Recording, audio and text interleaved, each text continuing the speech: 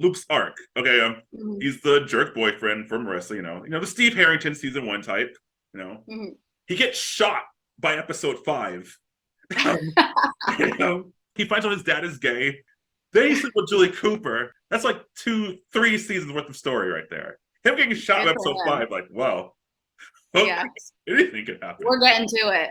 Sup, guys? Marcus here, and who is this? I'm Mia. I'm Marcus's sister-in-law. Welcome to the Shoebox, Thank you. I'm so excited to be here. and we're here to talk about something that's been very, very dear to me. The OC. It is the 20th anniversary of the hit teen drama. So let's talk about how we each got into it. So, Mia, how did you get into the OC? So in 2003, when it first came out, I was only 11. So I actually was not watching it like live. I totally remember like the craziness and like the mayhem that like those four actors and actresses got. Like I remember seeing them on so many magazines, on like billboards and commercials. Like it was such a hit at that time. And so I started watching it in college and I watched the whole series, all 4 seasons. But I totally relate because I completely remember like being that age and the craziness that groups of friends go through in high school. Oh, that's the craziness that groups of friends went through high school. Like shooting Unreal. your boyfriend's brother in the back to emotional. Casual. That was not happening at my high school. I don't know about yours. I got into it the second season. It was junior year. I did a paper on teen dramas.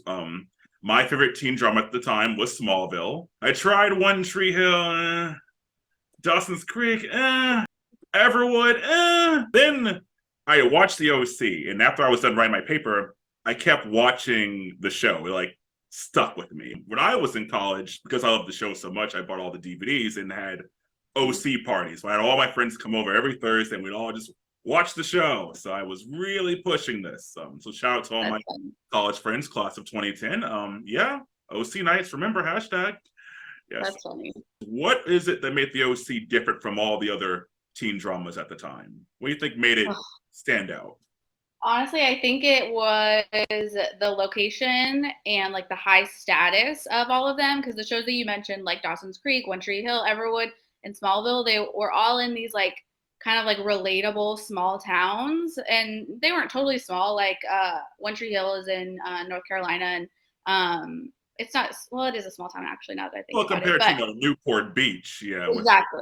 And then just like the pure like looks of the four, like they were like model. I mean, Mischa Barton turned into like a minor like supermodel at the time. That it just blew up because they were so like unrelatable. Like they had so much money, so much status. They were like insanely beautiful. I think you're right. The cast was gorgeous. Even the parents were gorgeous. There was a Yeah. Oh my god, everyone like had a crush on Sandy Cohen. Oh yeah, Julie Cooper was my crush. There's a great gag. I think someone said about the OC how it's about 25-year-old teenagers with 35-year-old parents, and Uh yeah, huh. Exactly. and I think another thing that helps the OC is the meta commentary of it. Josh Schwartz, who created the show, who was only 26 years old Crazy. when he made Crazy. he wanted to do the next Freaks and Geeks. That was the Judd Apatow High School comedy. Yeah. But Fox wanted the next 90210. So we kind of Trojan horsed it. Here's the over-the-top drama, but we're also gonna make fun of it, laugh at it. It wasn't afraid to say, "Hey, Ryan, you know how many crazy adventures we've had so far since you've been here?" Mm-hmm. Yeah, Seth, you're right. And then the very next scene, they see Luke and Julie Cooper sleeping together. Like, wow, this Unreal. it just never ends. Unreal.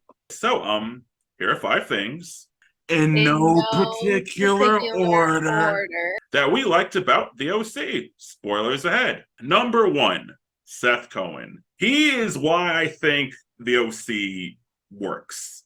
It's his comedy, his weirdness. I mean, now there's 1,000 Seth Cohens on TV, but back in Yeah. '03, that character was very rare. I mean, there was always funny people like Steve from 90210, but like Seth Cohen had this like cute funniness. Quirky heartthrob. Or for you nerds out there, the modern day Doctor Who. Like he was funny but quirky funny. He read Very comic quirky, books because comics were cool, and he got the hot girl and a yeah. toy horse. He's kind of like the PG Roman Roy of the OC. Oh my god. Like, I guess, yeah. Well, like if you need a laugh, just look at that character. He'll come and Totally. he'll brighten our spirits. Yeah. That's hilarious. That's so true. It's cool to be dorky. Hip to be square, which is a song in the 80s. Love it. Number 2 is Chrismukkah. Chrismukkah is an iconic holiday and episode made up by the Cohen family. They are Jewish on Sandy Cohen's side, and then obviously traditional Christmas on Kirsten's side. So they introduced Ryan to Chrismukkah in season 1, and he has his first Chrismukkah with the Cohens, which is iconic. They decorate the house. They have a Shabbat dinner on a Friday, and they do everything so amazingly. And I love that it continues as a tradition like throughout the seasons. I feel like every show kind of has like that one thing that they always do. Friends is really popular for their Thanksgiving episodes. This is kind of the OC's version of that. It's warm, it's celebratory, everyone, it's inclusive also. So at that time, like inclusion wasn't really something anyone talked about, but they did that at that time. And it's just amazing, like shows you like how two traditions can come together with like one family. And it's also important because Ryan never had that. So it really opens up, like you see his vulnerability and how much he really admires that and like needs that in his life, because he's still new to the family when they introduced it to him in season 1. And they just keep like bringing people to Chrismukkah in the seasons that continue every season when they have a Chrismukkah episode, and they're just always so special. The OC pretty much showed, hey, Jews exist on TV. Mm-hmm. It was always a Christmas episode all the time. So yeah, it's true. There was the Chrismukkah that almost wasn't, season 2. Mm-hmm. The Chrismukkah bar mitzvah for season 4. Ryan gets a bar mitzvah. And I forgot about that. And my favorite, the Christmas, that's where, I mean, it's really weird. Where Ryan, I think Taylor go to an alternate universe where what if Ryan didn't exist? It's a Wonderful Life, but with Yeah. Yeah, those episodes actually are pretty dark. Season 1, everyone remembers, like you said, is very warm, but also Marissa's like drunk driving and shoplifting. Something always happens to make it like in like the middle of the episode. You like don't know if they're gonna end the episode with like the Chrismukkah dinner celebration, but they always do, of course. They have My to, like, favorite is season 2. Ryan's dating this girl Lindsay, and she makes little yarmulkes for little Santa hat. Yeah. But the reason why I like that, do we know who Lindsay is yet at that point? This is the episode where it gets revealed. Caleb, who's pretty much been the Logan Roy, second Succession reference, he tells Lindsay, I've made an error in judgment 16 years ago. That's how you say I'm your father. Classic Caleb. Not surprised at all. I remember, because I went to Beverly Hills High School, I had a lot of Jewish friends, and because of the show, we started doing Chrismukkah events in high school. Oh, I love that. That's so cool. Like, oh my God. Because I would show everyone the OC, like, Mark, why are we watching the OC? Is that for girls? No, it's not. See, look at this. Mm-mm. All of a sudden, we're all doing Chrismukkah stuff. Amazing. Number 3, the music. This show introduced me to indie rock. It was all about hip hop for me, and then I saw the OC. Now I'm like, where's the new Killers soundtrack? Really want to listen to Rooney. Yeah, I love Rooney because of them. You're talking to someone who went to 2 Rooney concerts because of the show. No way. Oh my gosh. Yep. I love Rooney to death, which was introduced during the Oliver saga. So it gave us one good thing. Yes, he brought them to that concert. Shaking, I'm shaking. The second Rooney concert I went to, Mischa Barton was there. What? Yeah. She was dating, I think, one of the drummers at the time. No way. Especially by season 2, the OC did a lot of indie bands, like The Killers. That's we got Smile Like You Mean It, Emo Gene Heap, What You Say, What You Only Meant Well. And the most iconic theme, like top 5 most legendary theme songs in all of television. It is Phantom Planet. Is it called California? California. I don't even know the name. I just know all the words. California by Phantom Planet. Lyrically, it's not good. No. But it is, I mean, especially for people who don't live in California, it does sell that. Think about LA. It does sell that experience to you. I literally think that Josh Schwartz heard that song and built this entire show around that song, because all like right back where we started from, like it's just it fits the show so perfectly. The show is called the OC, like it's so centered around, like I was saying earlier, like the where they came from and the status of like Newport and Orange County and those like all of their friends and all the things like the cotillion and things that they were doing. Like no one else was doing that. Us as viewers, we didn't know what that was. That was like our first experience into it. And also I feel like at that age with shows like it hadn't come out yet, but like Laguna Beach and the hills, it's like Southern California is this dream location for people who maybe don't travel that much or had never been. And this song just like puts them on the map. There's a lot of songs. Just when I was rewatching even the first 7 episodes, I'm like, oh yeah, that song. Oh yeah, that song. It was so different than I think from the other shows going on at that time. I feel like the other shows were a little more mainstream. Like the OC never did Avril Lavigne. You know, like Right. it's a little more underground, and I really Yeah. appreciate that about that show. Yeah. Here we are, number 4. Things about the OC is all the characters, style, looks, facial expressions, most notably Ben McKenzie's awkward grunts, mouth movements, and eye movements. Like he can say so much and is known for saying so much without saying anything at all, which is what influenced me to pick this as one of my things. Rewatching this show, I had forgot how monosyllabic he was. Beyond. I don't like boats. I'm like, Yeah. and it worked. It worked. It makes him who he is. So like obviously his white tank tops, Ryan's white tank tops. Summer has a lot of like juicy sweatsuits. So does Mischa actually. And then so does Mischa in her Julie. shorts and her flats. Yeah, they do.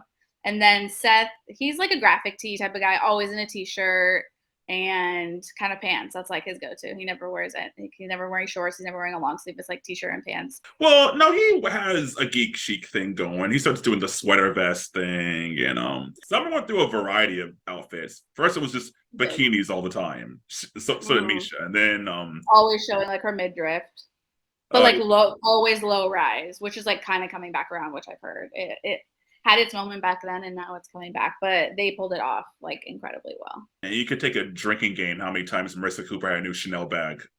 I mean, Yeah. Was it every episode? In terms of like facial expressions, Marissa Cooper, that girl can cry, man. Yeah, she can. She's good. We have not mentioned Luke really, but Luke, just like a douchebag, puka shells, I'm glad are not coming back. Classic polos. Welcome to the OC, bitch. Oh, the catchphrase of the show. Because it's so silly. I know. And finally, number 5, the adult stories. So what made the OC also special for me is the parents had just as much to do as the kids did. Like the parent storylines weren't about just how can we help our children. They had their own issues. Was why a bunch. Most of it was let's fight Caleb. But it was like 90% of their issues for the first 2 seasons. Oh, Caleb's at it again. Like Kirsten, she's always suffering the whole I'm the wet blanket. Am I not cool? Because Sandy was the cool dad, and Kirsten's like the Kirsten kind of like falls in the background. You kind of forget about her. There's one weird thing. As perfect as season 1 was, they tried to make this love triangle with her and Jimmy and Sandy that no one I know wanted. I'm like, yeah, what? their whole like, yeah, it's like either have them be high school sweethearts or don't. Like you either should have had that from the very beginning or not at all. Sandy is my favorite of them. He's funny. He doesn't fit in either. He mocks them the way Seth mocks them, but he's not, a jerk about it the way Seth is. So Sandy's eyebrows. And his eyebrows, I almost made that one of my things. I thought about it. Yeah, I mean, they are magnificent. I mean, I love Peter Gallagher. He was almost too good for this show. Oh yeah. Like that's funny. Those eyebrows, I mean, that's when your thing, like the bagels come from. That's Sandy's favorite meal. Sandy is like, I mean, he is Seth in a way in terms of like iconicness of his character. Let's talk about Caleb for a bit. So Caleb, yeah, he's a big picture. He got in fights with Ryan, got in fights with Kirsten, got in fights with Jimmy, got in fights with Sandy. Married Julie. I mean, back then, like Smallville had Lionel Luthor, evil father patriarchs who were wealthy was just kind of the thing that kind of made a resurgence thanks to Succession. Yeah. There's like great villains, like, I'm clearly the bad guy. But yeah. Well, he married, I thought Julie was like bad enough to be a bad guy, but no, he had to marry her. So let's talk about Julie Cooper, because I think after Seth, I think Julie Cooper is who I think about. By season 4, she's kind of the main character. Yeah, there's like no show without her. Yeah, she has the biggest arc. I mean, she starts from what? I'm just typical, bougie, trophy housewife. Gold digger. Then she marries Caleb and becomes a bigger gold digger. Then turns out she Mhm. used to do porn. Then she lives in the trailer. Then she almost marries Ryan's father. And then this rich Gosh, I forgot tycoon about Ryan's dad. played by Kevin Sorbo, which Julia was all over the place. And the end, but her arc at the end is she chooses nobody and she graduates. I wish she and Jimmy could have gotten together, but Jimmy was Me just, too. he had burnt me bridges by season 3. Yeah. You're Yeah. just a scumbag, dude. And you're supposed to be the Hot good mess. parent. Yeah. She was just as bad. They deserved each other. I think Marissa says that in season 2. I'm the daughter of a thief and a slut. Of course, I'm messed up. You deserve each other. Oh my god. So, what about you guys? What are 5 things that you like about the OC? What are 5 things that you do not like about the OC? And is there a song from the show besides Phantom Planet that you like from the show? I mean, I have a couple. I have Hallelujah. I have Champagne Supernova. Olive Rooney. You have a song from the show that you liked? The Phantom Planet one, anything by Imogen Heap. And yeah, the Hallelujah one got me for sure. Well, let us know in the comments. Till next time, stay frosty. Bye.